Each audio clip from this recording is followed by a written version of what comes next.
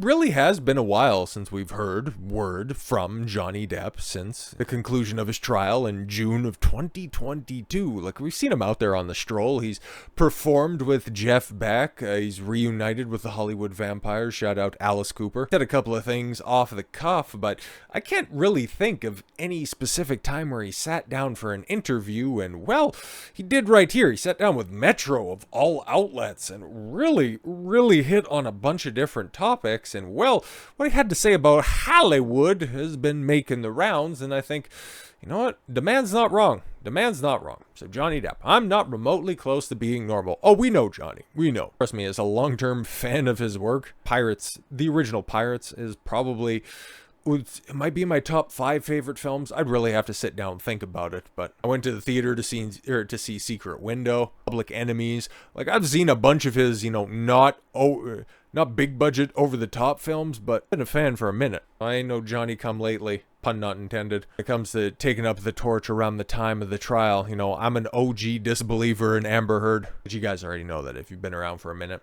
Johnny Depp, one of the world's most famous faces, is relaxing, adorned with tattoos and silver rings on his hotel rooftop in the French Riviera. Sounds fantastic. He's conversational, friendly, and refreshingly honest. I've been very lucky, and I can't complain about anything. None of it. I won't, he says. But fame does funny things to a man. The thing hits you, and then you can't go anywhere without people looking at you. It's a very interesting way to grow up, but after 38 years of something like that, he trails off for a second, collects his thoughts, rolls up another blunt. The first thing that is really mad is to expect anyone who's lived in that kind of situation to be anything remotely close to normal. Now, to make matters worse, I wasn't normal before that, so I had to adapt my world the way that I have to live.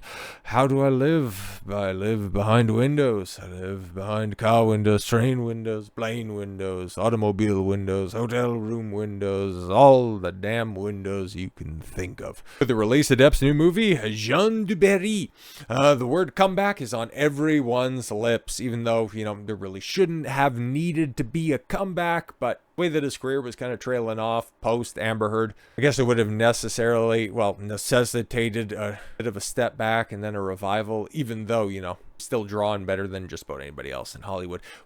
That's another interesting comparison as to what the landscape of Hollywood would be right now, knowing just how bereft of actual stars it is. If Johnny would have been able to just continued unencumbered, if he would have signed up, I would imagine he would have been either on the DC or on the Marvel side of things, knowing how closely he was working with Warner Brothers. He could have taken on a role, what it would have been under Zack Snyder's DCU, or DCEU rather.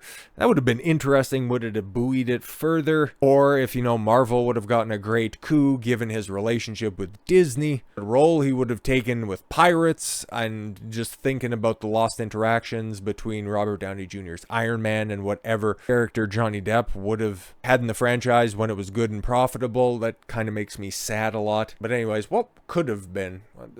Just a fun game to play for a second. Certainly, it's a treacherous period of his career, following the ugly fallout around his marriage to former wife Amber Heard. That's one way to put it. In 2020, he lost a libel case, yes, against the Sun newspaper in the UK, which branded him a wife beater. How very stupid that is, but hey man, Dan Wooten is a hack. Dropped from the Fantastic Beast film franchise, he's been persona non grata in Hollywood ever since. But no, trust me, bro, Disney's developing a new Pirates film, and it's gonna be super woke or something. I don't know.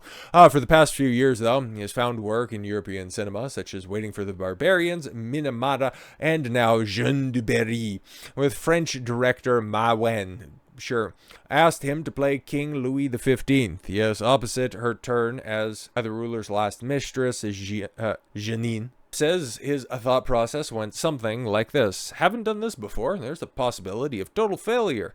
It could fall flat on my face. I like it. It's what I should do. Yeah, exactly, man. To play a king. Get to play Louis XV. It was pretty dope. Taking his role in French, learning from his time with singer-actress, yes, Vanessa Paradis, the mother of his children, Depp dug in the trenches of Ma Wen and the rest of the crew. He says, I did my best I could. I did what I felt was right for my character and for the story and Ma Wen, so I went to work. I was a lucky fellow. Really lucky. Oh, yeah.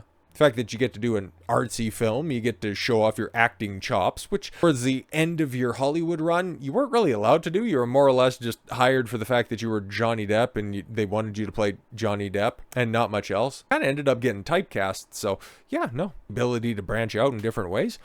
Very much so. Very much so could help. Now 60. Jesus, 60, huh? Depp was surprised. He was invited to play such an iconic figure in French history.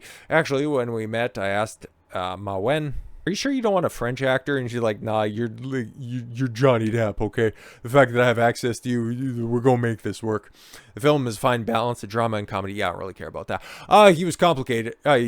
He was a complicated guy. Speaking about King Louis XV, I thought it was important to start defining the character, showing he was not, as they say, completely a feather in the ass. Okay.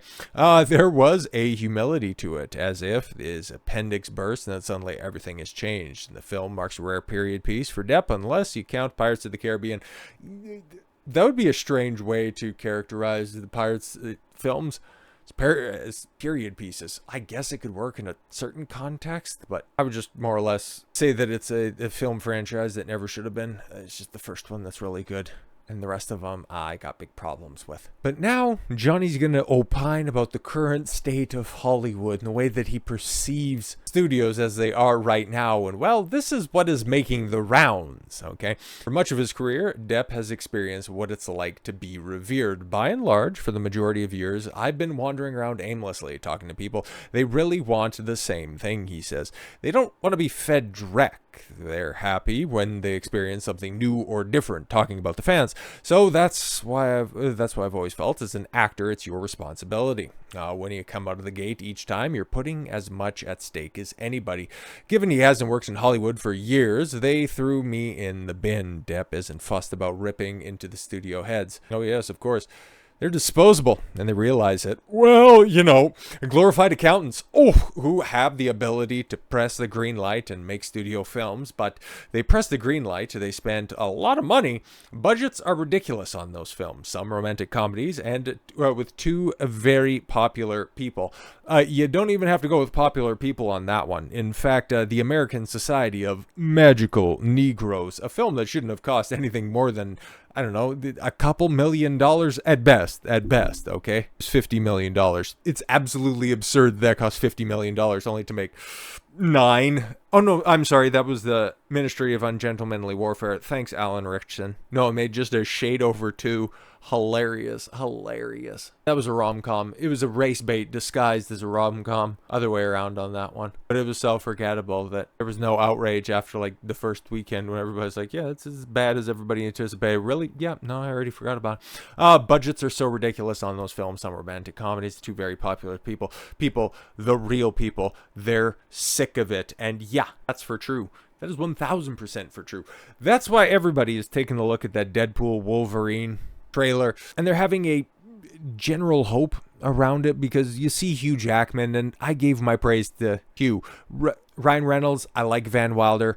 I don't need to see Van Wilder in spandex. There's a sincerity, an authenticity to Hugh Jackman's Wolverine. Not the same thing that you get with, I don't know, interchangeable Marvel hero 693, okay? The disconnect that you get from, I don't know, trying to have a badass and then having him portrayed by Timothée Chalamet. It doesn't quite work, okay? Seeing Zendaya beat the brakes off of 250-pound men, I don't care about any of that stuff, man. It's disconnected, and in the words of Johnny Depp, it's disposable, it's ridiculous, it's Dreck. So yeah. I don't know if Jeanne Du Barry is going to be good or not, but I know that he's going to be playing King Louis XV in it, and guess what? Long live the king. So with all that said, thank you all very much for the gift of your time. I've been Don Consuelo. I want you to follow your gut and get after it. Take care, everyone.